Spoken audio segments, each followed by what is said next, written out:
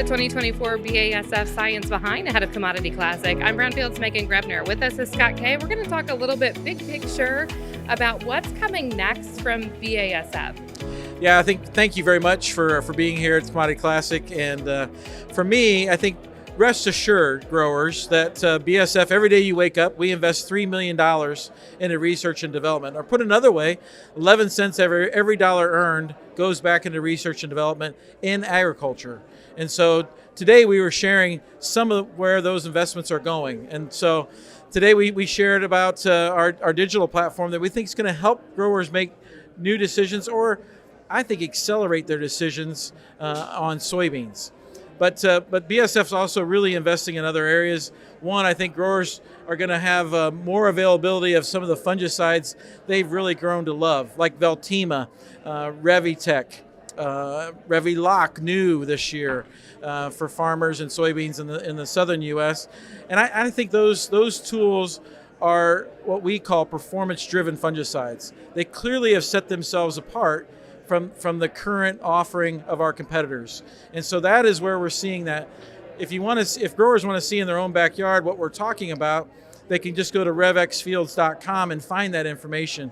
If not, what BASF plans to do is to share more openly some of those data comparisons. And so if you're in Iowa, you may see an ad from us that says that Veltima outperformed our competitor by 10 bushels. Well, that would be a lot of difference between treated versus treated. So not untreated versus treated, but treated versus treated. And so we're really proud of those. Performance-driven fungicides is going to be the new level of performance that's going to be expected by farmers. The other area, or other three areas I would say, is Mother Nature has not given up on resistance, not at all. And so SCN, while I hear a lot more farmers are testing, there's still too many who haven't. And what I would say about that is that nematode resistance and not treating for it with a seed treatment is causing 2 to 3 bushels of yield loss. Put that in a more stressful environment. I feel bad for the farmers who had drought conditions, but that added another layer of stress to an already stressed bean. And so when you put those together, I think we're magnifying the overall yield loss. And so to me, it just makes sense to go ahead and test, and then to put the seed treatment on if you're hitting that economic threshold. The better part is that testing gives you knowledge to treat it, but BASF also has a solution that's coming in 2028 on our Xarvio seed soybean brands. We'll have a trait that will be resistant to those nematodes, so that or not resistant to nematodes, so that you can control it that way as well. I think the other area I would look at, same kind of thing below the surface, is corn rootworm. So there's a lot of listeners, I'm sure, that have corn rootworm and saw the damage for the first time. That's one of those silent killers. Not much you can do after it's already started feeding.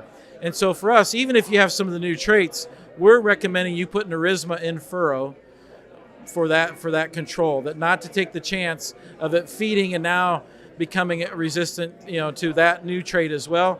We believe you should be treating with in furrow with Nerisma. And then last, water hemp. So I always laugh when I talk to farmers, even my own family, when they talk about that water hemp is a soybean problem. It's not. Water hemp is a problem in both corn and beans, and should be treated like that in both. And so I think what BASF has in mind there is that we just maybe don't see it in corn, but it's one of these that germinates all year round, or all season long rather.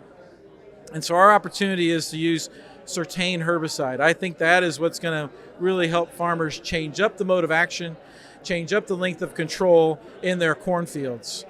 And then we're going to launch Liberty Ultra. So I'm sure there's a lot of listeners say, I've used Liberty. But I would say a lot of people have never compared side by side, whether it's to one of our competitors, or certainly haven't had a chance to see Liberty compared to Liberty Ultra. And so this next year, they're going to see a whole nother layer class of performance and protection from Liberty Ultra, and growers are going to want to see that this summer at BASF Research Farms. When we talk about management and really being focused, and maybe it's becoming hyper-focused on ways to improve our bottom line or get more performance, how important is it that we're more productive, we're getting bigger yields, and we're looking at finding solutions to problems that are restricting our ability to be profitable or improve our return on investment? Yeah, great question. I think from the growers we had from Southwest Iowa today at Commodity Classic, they talked about just that same question.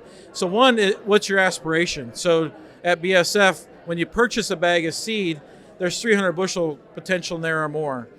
At BASF, we'll probably lower that expectation for an average to 100 bushels. Well, the U.S. is only sitting around the mid-50s for yield today in soybeans. And so what we want to do is pay attention to those different layers that yield can be found. One is to start treating your soybean selection the way you do your corn hybrid selection. So treat your variety selection the way you do your hybrid selection. And I'm sure there's listeners saying, oh my gosh, that'll take me 10 years to figure that out. Well, that's where I think where BASF comes in. We've got 20 years of history of data that we're willing to share with growers.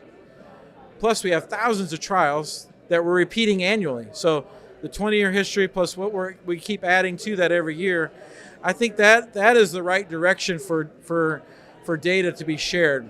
I think most of the time people hear data and they think, oh my gosh, they want my data, the farmer's data. In this case, you didn't hear that at all today. I think you heard BASF say, we want to share our 20 years of history of knowledge that we have, and we want to also share the trial work that we have as well to make that decision and to simplify that process. And so at the end, you're really making soybean decisions the way you are corn decisions, but you've accelerated the process for farmers and they're getting a 1 or 2 year head start on that. When you talk about more precise management of soybeans and treating it and maybe focusing on that crop like we do a corn crop, is this a movement where corn might be king, but soybeans are going to be a sweet spot as well?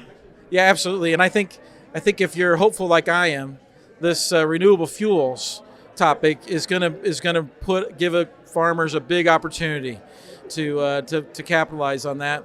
And so I think whether it's our discussion we have these growers, what would 20 bushels do to your yield? And they said it would make a huge difference both in their farm and their technology that they can purchase and the way in which they farm the ground.